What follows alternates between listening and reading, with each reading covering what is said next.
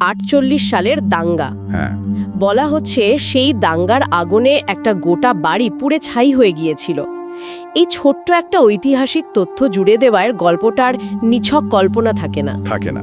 আমাদের চেনা পৃথিবীর একটা বাস্তব মর্মান্তিক ঘটনার সাথে এর একটা যোগসূত্র তৈরি হয়ে যায়। ফলে গল্পের ভিত্তিটা অনেক বেশি পোক্ত হয়। আর সেই পোড়া বাড়ির নিচে রয়েছে একটা কুয়ো, যাকে ঘিরে তৈরি হয়েছে কিংবদন্তিটা। রেনু নামের একটি মেয়েকে নাকি সেই কুয়োই জ্যান্ত পুঁতে ফেলা হয়েছিল। উফ, এই কয়েকটা লাইনেই লেখক যেন আতঙ্ক আর বিষাদের একটা ঘন মিশ্রণ তৈরি করে ফেললেন। একটা পোড়া গ্রাম, একটা ঐতিহাসিক ট্র্যাজেডি, আর তার মধ্যে একটা জীবন্ত সমাধিস্থ মেয়ের গল্প। সব মিলিয়ে পরিবেশটা শুরু থেকেই ভীষণ থমথমে আর ভারী। এই পরিবেশটা আরও ঘনীভূত হয় যখন গল্পের কথক তার দাদুমণির বলা সাবধান বাণীটা আমাদের মনে করিয়ে দেন। হ্যাঁ এই লোককথা বা ফোক লোডটাই হলো পুরো গল্পের হৃৎপিণ্ড। হ্যাঁ, সেই কথাটা। ও বাড়ির সামনে দিয়া রাত্রিরে হেঁটো না, ওখানে যার পায়ের শব্দ শোনে তার পা আর ফেরে না। কি অদ্ভুত আর নির্দিষ্ট একটা কথা, তাই না? সাধারণত ভূতের গল্পে কি হয়, বলা হয় আত্মা তুলে নিয়ে যাবে বা মেরে ফেলবে, কিন্তু এখানে বলা হচ্ছে তার পা আর ফেরে না। ঠিক। মানে একটা খুব নির্দিষ্ট শারীরিক পরিণতির কথা বলা হচ্ছে। আমার মতে এটা মৃত্যুর চেয়েও বেশি ভয়ের, কারণ এখানে একটা অসমাপ্তির ইঙ্গিত আছে। আমাদের অস্তিত্বের ভয় দেখায় না, বরং শরীরের একটা অংশ হারানোর ভয় দেখায়। হাঁটার ক্ষমতা, আমাদের হাঁটার ক্ষমতা, আমাদের চলার স্বাধীনতা, এটা তো আমাদের পরিচয়ের একটা বিরাট অংশ।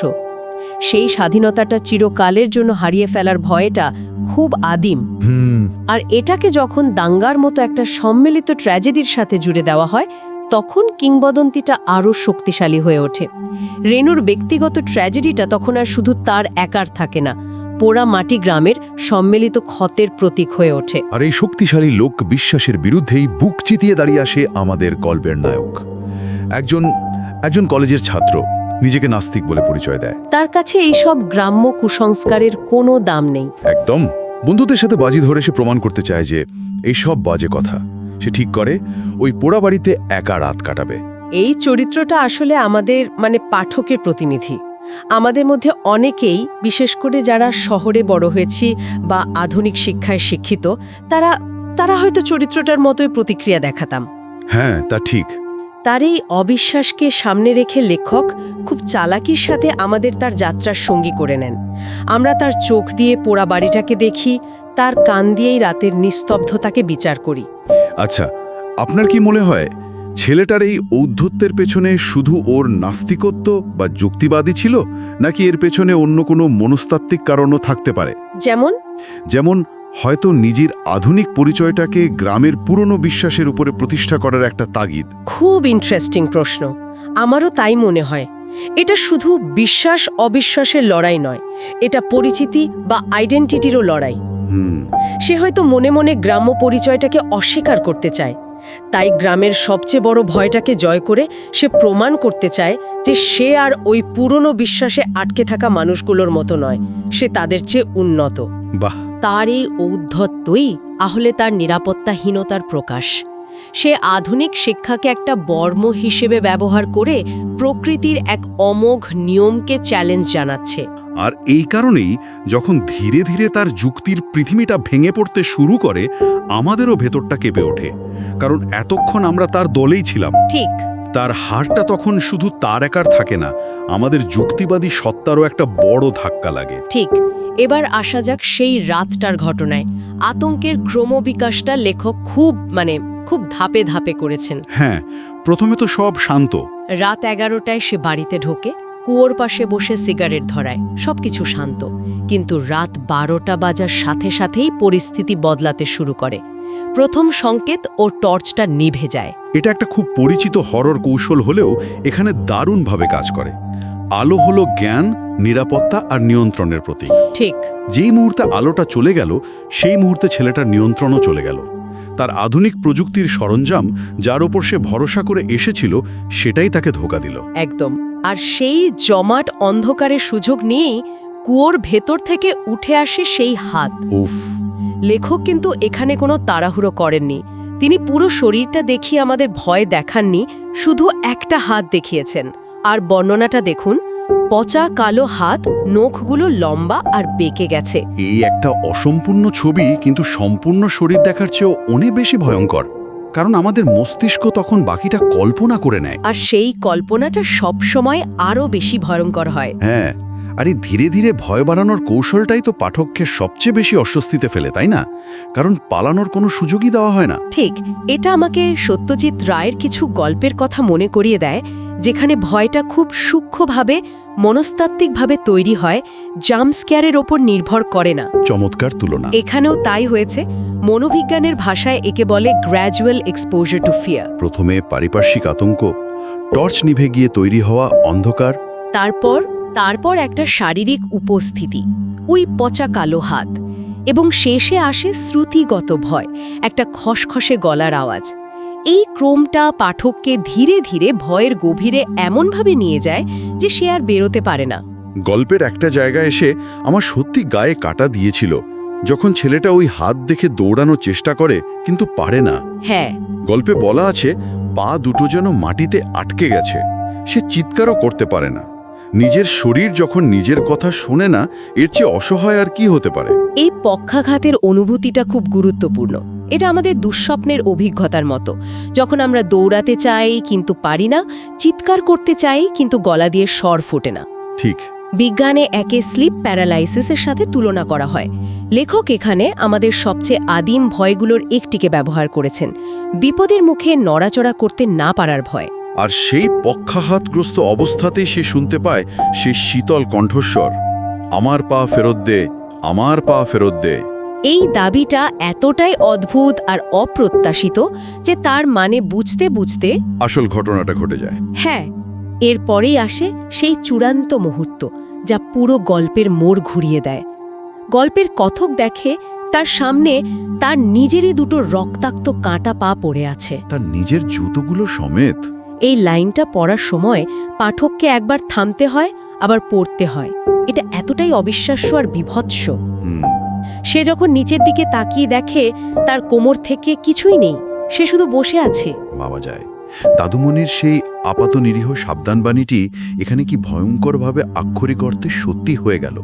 পা আর ফেরে না কথাটার এমন রূপ আমরা কেউ কল্পনাও করতে পারিনি। এখানে ভয়টা আর মানসিক বা পারিপার্শ্বিক স্তরে নেই, এটা পুরোপুরি শারীরিক, ভিসেরাল। এটাই বডি হররের একটি চূড়ান্ত উদাহরণ। ডেভিড ক্রোনেনবার্গের সিনেমার কথা মনে পড়ে যায়, যেখানে নিজের শরীরই নিজের নিয়ন্ত্রণের বাইরে চলে যায় এবং বিভীষিকার কারণ হয়ে দাঁড়ায়। নিজের শরীরের একটা অংশকে নিজের থেকে আলাদা, রক্তাক্ত অবস্থায় সামনে পড়ে থাকতে দেখার চেয়ে ভয়ঙ্কর আর কি হতে পারে? এটা একটা অস্তিত্বের সংকট। আমি কে যদি আমার শরীরের অংশই আমার না থাকে? আমার পরিচিতিটাই তো ভেঙে টুকরো টুকরো হয়ে গেল। এরপর সেই প্রেতাত্মার আগমন, তার বর্ণনাও খুব জীবন্ত এবং একই সাথে করুণ। চুলে শ্যাওলা, চোখ সাদা, কিন্তু সেই চোখ থেকে জলের বদলে লাল অশ্রু ঝরছে। সে শুধু একটা ভয়ঙ্কর সত্তা নয়, তার মধ্যে একটা গভীর কষ্ট আর অসম্পূর্ণতাও রয়েছে। ঠিক। লেখক বলছেন সে হামাগুড়ি দিয়ে এসে ছেলেটির পা দুটো নিজের কোমরে লাগিয়ে নেয়। এই দৃশ্যটা প্রতিশোধের ধারণাকে একটা নতুন মাত্রা দেয়। সে শুধু প্রতিশোধ নিচ্ছে না, সে নিজের অসম্পূর্ণতাকে পূর্ণ করছে। তার দরকার ছিল হাঁটার ক্ষমতা, যা তার কাছ থেকে হয়তো সেই 48 সালেই কেড়ে নেওয়া হয়েছিল। সে ছেলেটিকে হত্যা করে না কারণ মৃত্যু তার লক্ষ্য নয়, তার লক্ষ্য হলো মুক্তি। মুক্তি। সে এক যন্ত্রণা থেকে মুক্তি পেতে চায়। আর তার শেষ কথাগুলো আমার মতে গল্পের সবচেয়ে মারাত্মক অংশ। সে হাসতে হাসতে বলে, এবার আমি হাঁটতে পারবো, তুই বসে থাক। এই দুটো বাক্য যেন পুরো গল্পের সারমর্ম। এটা একটা বিনিময়। একজন তার স্থিরতা থেকে মুক্তি পেল, আর অন্যজন সেই স্থিরতায় চিরকালের জন্য বন্দী হয়ে গেল।